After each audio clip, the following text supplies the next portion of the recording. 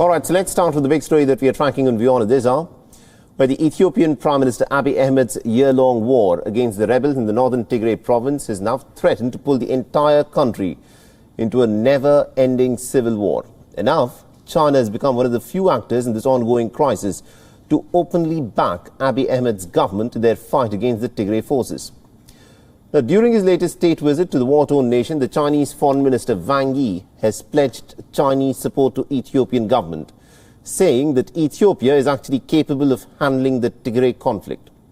Speaking at a joint press briefing with the Ethiopian Deputy Prime Minister Demeke Mekonnen, Wang Yi stressed the growing comradeship between the two nations and the Chinese desire to further strengthen the ties. ግንኙነቱን ከነበረው በተሻለ ለማጠናከር ቻይና ፍላጎት አላት። ኢትዮጵያ አሁን ያለችበትን ሁኔታንም በደንብ እንረዳለን። ይህን ችግር ለመፍታትና ለማስተካከል ኢትዮጵያ ታሪኩም ጥበቡም ብቃቱም አላት። እኛም ችግሩ በዚህ መልኩ እንዲፈታ ነው የምንፈልገው።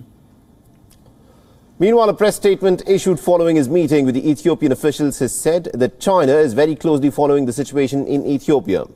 It also opposes the attempts by global powers to impose their political interest in the country's internal affairs. Remember, the Western nations, including the United States, have sanctioned several entities in Ethiopia over the ongoing crisis in the country.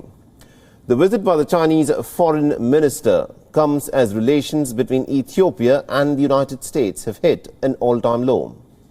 On the 5th of November, the US State Department had ordered for the withdrawal of all non-essential embassy staff because of the armed conflict, civil unrest and also the possible supply shortages. Several other diplomatic missions have also followed the same path since then. Ethiopian forces, meanwhile, have now captured the town of Lalibela, a United Nations World Heritage Site, from the Tigrayan forces. And this has come just days after the army said that they've also regained control of the northern Afar town in Shifra. Now, Wang Yi's visit comes as the head of the United Nations Office for the Coordination of Humanitarian Affairs, Martin Griffiths, has said that the situation in Ethiopia is very worrying in terms of the urgent action that the region needs.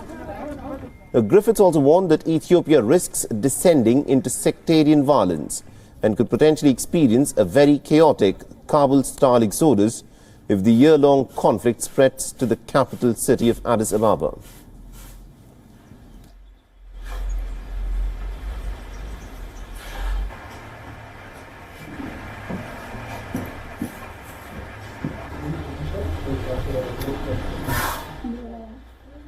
WION is now available in your country. Download the app now and get all the news on the move.